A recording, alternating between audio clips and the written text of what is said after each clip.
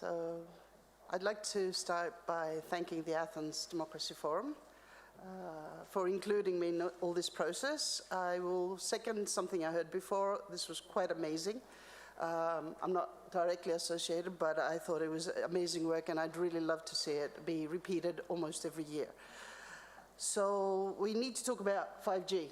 Everybody knows it. Everybody's heard a lot about it. So what we did is we had a round table with experts. Obviously, you understand, it was quite technical.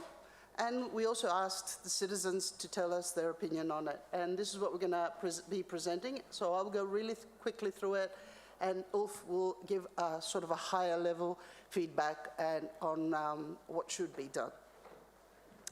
Can we have, so I think I have the button here. So Mr. Christopoulos already alluded to this. We have been making great strides in Greece. So there was an auction of the whole range of bands, frequencies, that finished in December.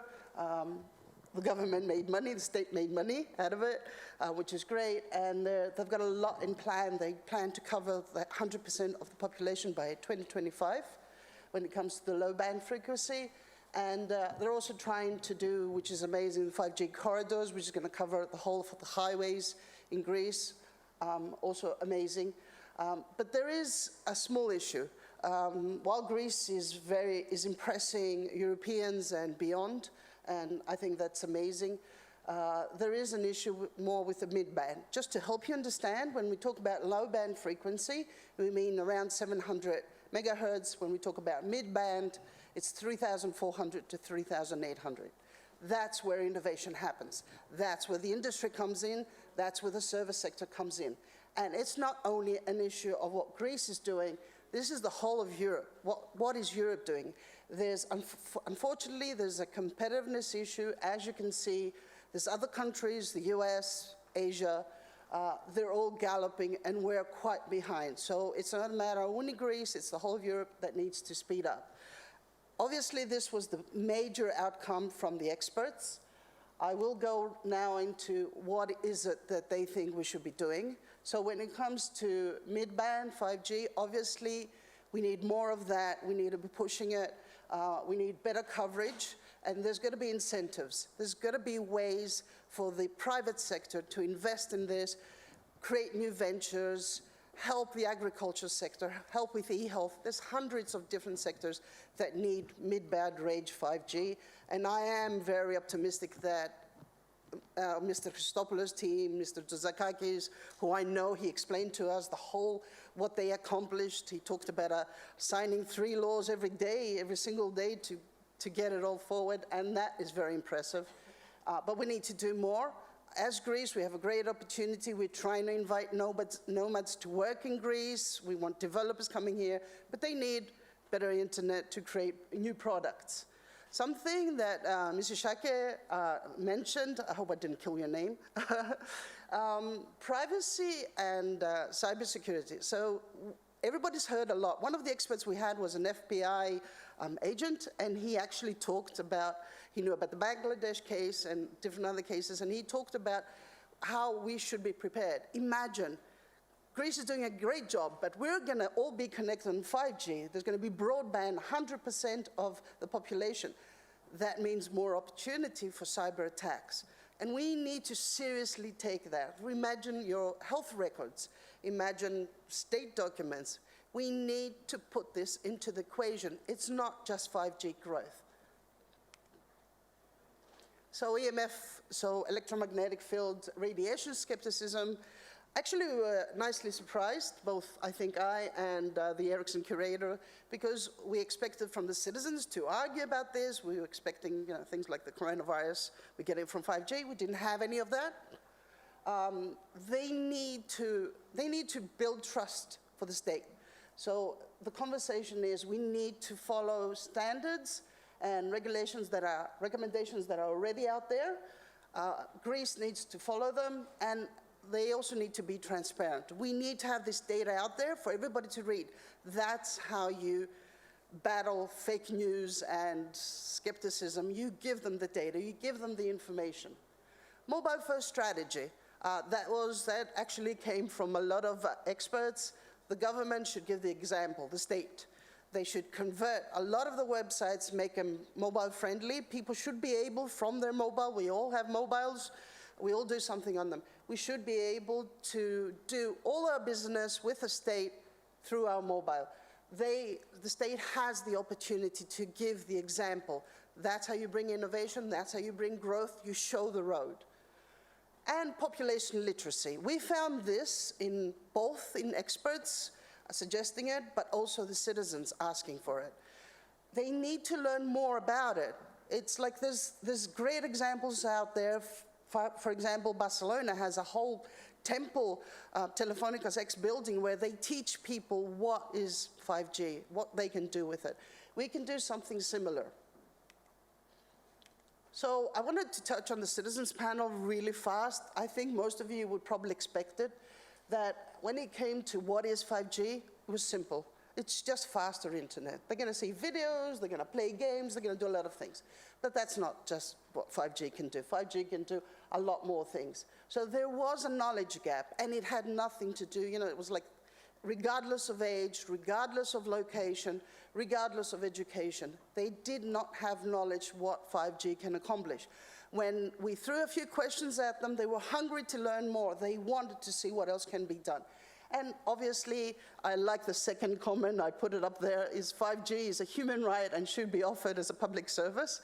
I don't know if the company is going to do that, but they should consider it. And I don't know if Ulf is online. Can we have Ulf? And I have a question for him that I would like him to pick up and explain more. Is he online?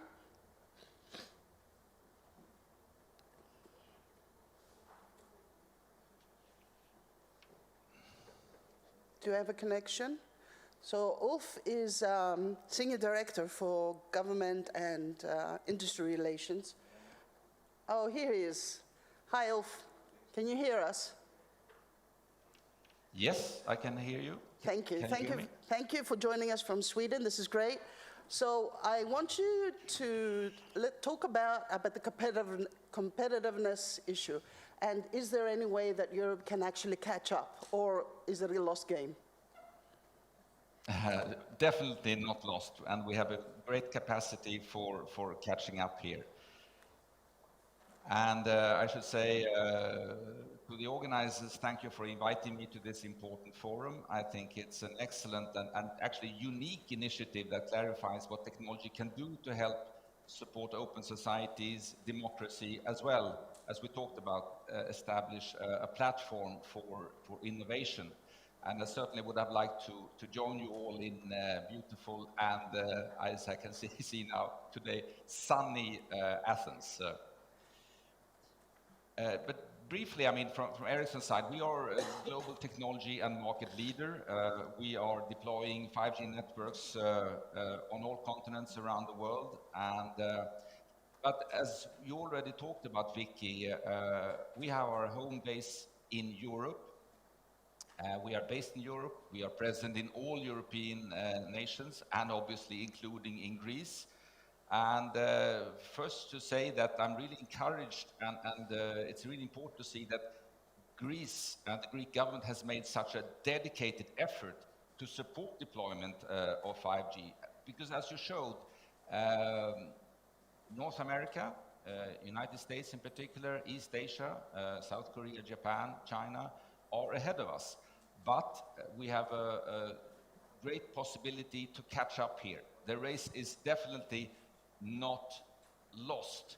And I think it's important to recognize that with the right incentives, as you talked about, and also with the right framework conditions, there is a possibility to catch up. And I think you mentioned some of the initiatives that have already been taken by the Greek government. I think they set a very good example to other European nations. Of course, we look around Europe and we see some nations like Greece that are taking a very ambitious approach here, and that sends a very strong and good signal. But there is always more that could be done here. And especially, I think it was good at the end of your presentation there, referring to the citizens that were asked to give their views here. And I think it's interesting to see that on the one hand, they see 5G as a human right. And that's very close to our culture in Ericsson, because our founder more than 100 years ago saw communication as a basic human right. And that's what has been driving us for more than 140 years. But I think it was also clear to hear from citizens in remote areas of Greece saying that they see an even stronger need than probably those citizens that live in the major cities. And that is exactly what we see as well. 5G should not only be for the limited few in the big cities. I think the benefits we see of connecting with 5G is actually even larger in remote areas where you work with agriculture and small industries, etc. And there the benefits would be even larger, and that's why it's so important to reach out to the whole of the country. Ulf, we'll have to close here. So thank you very much, everybody, for listening to us. Thank you all for taking the time to connect with us. Bye.